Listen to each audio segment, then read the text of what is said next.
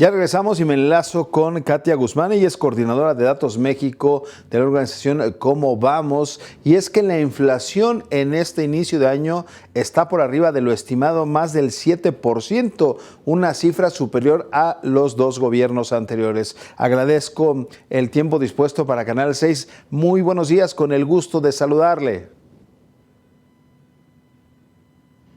Por la invitación.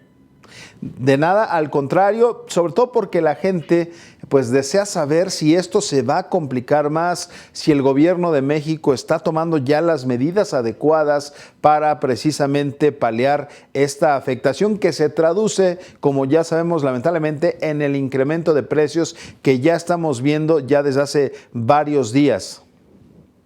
Sí, exactamente. Bueno, empiezo precisamente haciendo esta aclaración, ¿no? Cuando decimos la inflación está al 7.36%, es la inflación observada, es decir, el incremento generalizado de precios que ya sucedió. Es decir, en comparación con el cierre del año pasado, con el diciembre de 2020, en general tenemos un incremento de precios del 7.36%.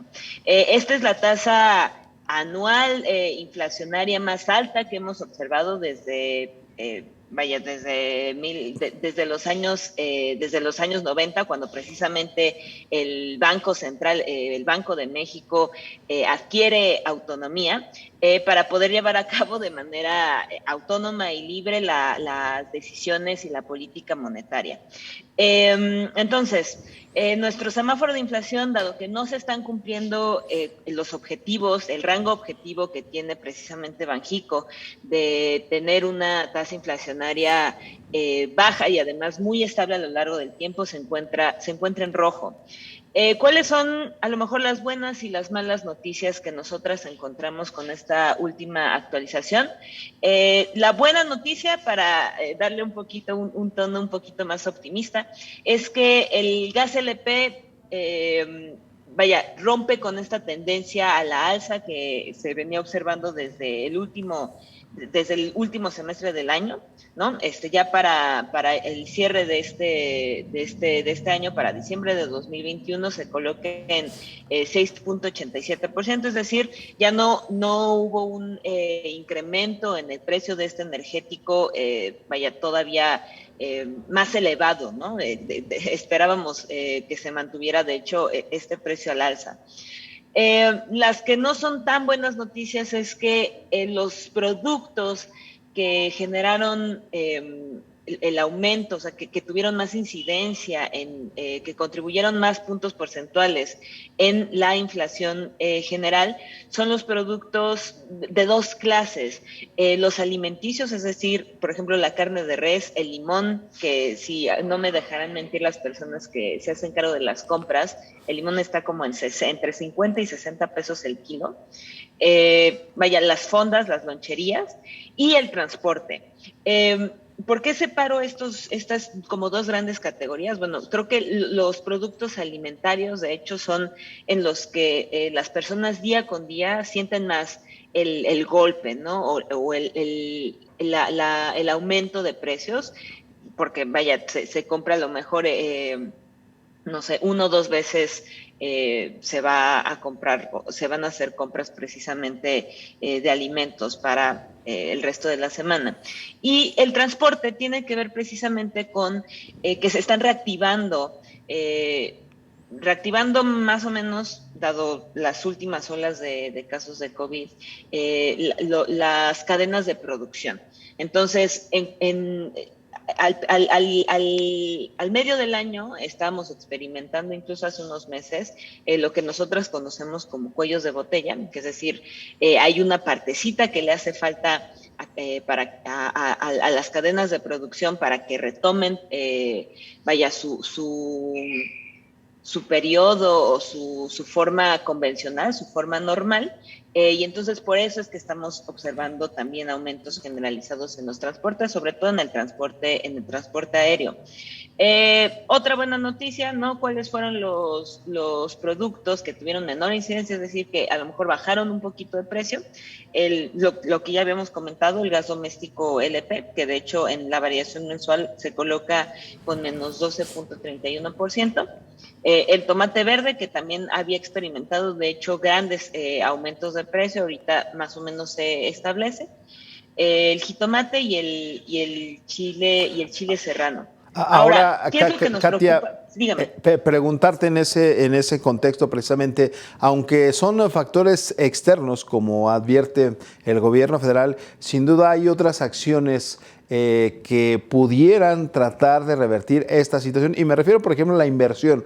Estamos acostumbrados a que el gobierno empiece a invertir grandes cantidades de recursos para detonar empleos en gran parte de la República Mexicana, pero se advierte que hay subejercicio, que hay recursos que no están siendo utilizados. Esto podría o debería de activarse en próximas semanas, próximos meses, para tratar de revertir esta situación, considerando la parte interna y no olvidando también los factores externos.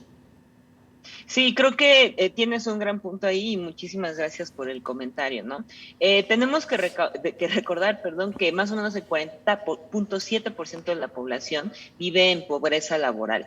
¿Qué es la pobreza laboral? Bueno, cuando los ingresos laborales de un hogar no alcanzan para pagar o para comprar la canasta básica alimentaria para todos sus integrantes. Entonces, 40.7% es una de las tasas más altas, de hecho, que hemos experimentado.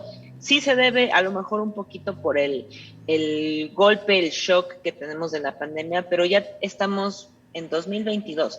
Es decir, ya tendría que haber un plan de rescate precisamente gubernamental, sobre todo viendo que los precios de los alimentos están por las nubes, ¿no? Entonces, en este sentido, hablando un poquito de gasto público, lo que estamos observando en el plan del gobierno de cómo gastar, que es el presupuesto de egresos de la Federación, es que para empezar, hay muy poquito espacio fiscal, o sea, es decir, hay muy poquito de dónde reasignar. Esto tiene que ver con la presión que provocan precisamente las pensiones. De eso podemos hablar otro día porque es un poquito técnico. Y en lo que sí se puede invertir, en lo que sí se puede reasignar, esta administración en particular está siendo muy rigurosa y muy estricta, ¿no? Entonces van primero los megaproyectos, las obras de infraestructura, que no necesariamente van a tener consecuencias positivas en el corto plazo, es decir, no son proyectos que rescaten de una emergencia inmediata precisamente, que es lo que estamos observando desde marzo de 2020, a las personas más vulnerables.